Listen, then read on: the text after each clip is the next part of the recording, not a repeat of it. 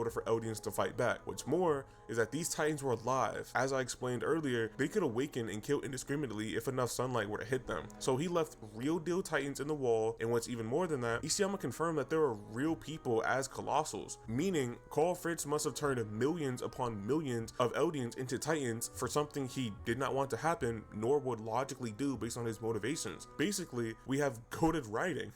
Under this premise, the main conflict of the story is a lot more stale and fundamentally changes. There is no rumbling, there is no 50-year plan, there's no any of that. The walls aren't there.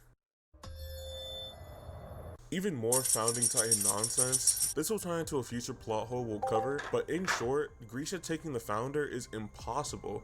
Chapter 133 says that the founder can manipulate literally any Eldian. We have to take that as fact now because apparently that's the case, as he could just drag people into paths, and he kind of said, Eren kind of confirmed he's not going to take anything from them. But under this case, Grisha should have got his shit rocked, right? Frida should have just erased Grisha's memories, period. Not only do we see that she has done it before and is well versed at it, Rod Rice is standing right next to her, and that man has a history of telling the founder to erase people's memories. The easiest and simplest and most reliable method for dealing with any Eldian that is reinforced throughout the entire series, just put up every single panel, is memory manipulation. The fact that two people who are aware of it and one who has done it before don't immediately do it after hearing such a lethal threat like, I'm gonna kill everyone here, is beyond insanity. Like, what? Frankly, this is just one larger retcon of the founder's powers for more arbitrary reasons. Some goofballs might say that Frida was inexperienced so she was unable to. Well, the only reason people say that was because Rod Rice said that, but Rod Rice is like coping by the fact that he got the founder taken away from him. He's like lying. The same way he's lying to his story is saying, I missed you all these years. That's a lie, and that's pretty obvious it's a lie. The same way he paints Grisha as this evil maniacal figure, but then he was actually begging the founder to save the world and actually put an end to the conflict. So not only was Rod Rice lying, I've also proved that she was not only aware of memory manipulation, she has done it before. So what inexperience would prevent you from doing something you've already done before? The funny thing is, you can do memory manipulation. We've seen it from her. You can do it without even going into your Titan. So logically speaking, it would be the first thing you would do. But again, the story would not be the story if Frida was allowed to manipulate his memories. More on this later.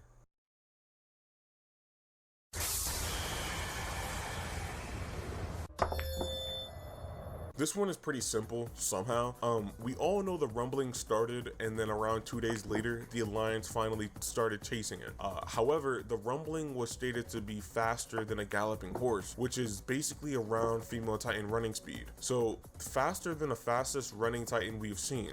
With all this considered, go to chapter 132 where the rumbling was behind the Alliance. Let me say that again. The rumbling was behind the Alliance. That simply doesn't make a lick of sense, and you should understand why. The rumbling had a 2-day head start while consistently moving faster than a horse at full speed. Logically, this makes literally no sense, as the only way it could have worked is that if Eren halted another wave of Titans, but that also doesn't make any sense, as if it was only waves of Titans, the rumbling would have been escaped too easily. It would only make sense if Eren planned to trample the world in waves, but that doesn't seem logical, and it would seem like 100% rumbling was never the case. As well, sending the Titans in waves, quote unquote, seems like it just guarantees the Alliance would struggle and or die, because they could have all just died from there if Flock was, I don't know. No matter how one rationalizes and thinks out this problem, it only serves to boot how contrived and pointless Hanji's death really is. As I said earlier, too much of the scene is forced to have a sacrifice from Hanji, which by itself is a terrible idea by comparisons already set inside the story itself. The fact that no character, especially Hanji, Smart, Armin, Genius, John, Pragmatic, even begin to think about how the rumbling got the fuck behind them is insane. Or how the fuck did they get in front of it?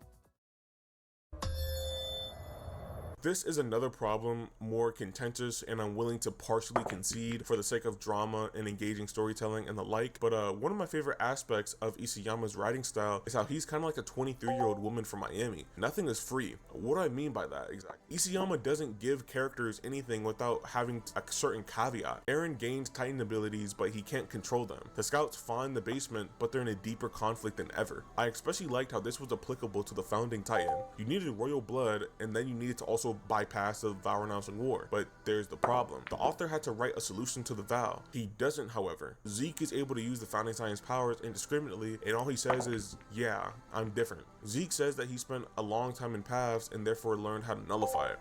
Not only does that not make any sense, but it trivializes the entire mechanic in the first place. If the mechanic was going to be solved off screen, there's no point in having it in the first place. If Isayama wasn't going to make it a point of conflict and thereby a solution, he didn't need to write it, especially since the will of the king was already a limiter on using the founder by itself. Remember, this was the only reason why Eren was even able to give himself the founder in the first place, because Zeke arbitrarily unlocked the founder's powers. This isn't a plot hole, as it is a ass pull resulting in a plot convenience that could be a plot hole, but at the very least is an overwhelming oversight on Isayama and what used to be his best stretch. The problem here is simply not paying off a conflict introduced as a limiter. I've seen a video, a YouTube short to be specific, saying how Zeke was able to use the founder's powers because in reality, Ymir listens to anyone with the founder. But that doesn't make any sense though. If anyone with the founder simply just needed the founder, it's an Ouroboros of like nonsense. That doesn't make that doesn't make any sense basically, right? Carl Fritz made the vow renouncing war,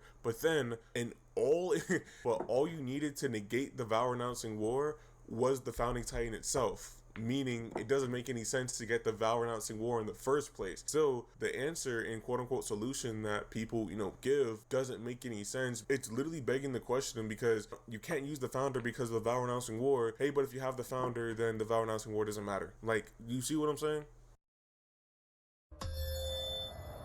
My goat again put me on to most of these problems, but I had one of them in my bag. In short, the hallucigenia's mechanics are incredibly inconsistent and logical and were likely retconned to make the story work. The hallucigenia in chapter 122, and more apparent in the anime, was shown to stop time and adjust itself to Eren's larger body. From 122 alone, we see how the hallucigenia can shape itself into any size as well as move and stop time on some Jotaro shit. Compare this to the final battle. Characters arbitrarily say, hey, the worm might start to rumbling again, even though A, that's completely baseless and they have no reason to assume that, because of B, Zeke already died and the rumbling was stopped, so why would they assume the worm to be the catalyst for reigniting it again? This is just another instance of Isayama giving characters random knowledge for arbitrary reasons, because this reason specifically isn't close to being plot necessary based on the logic that is presented to us. The hallucigenia could have shrunk itself to be an ant, or made itself larger than everyone else, or just stopped time to reconnect with the founder. But even then, this should have never happened. This is all fake drama the author is writing for nothing but fan service. Another layer to this is that we don't know where the hallucigenia came from.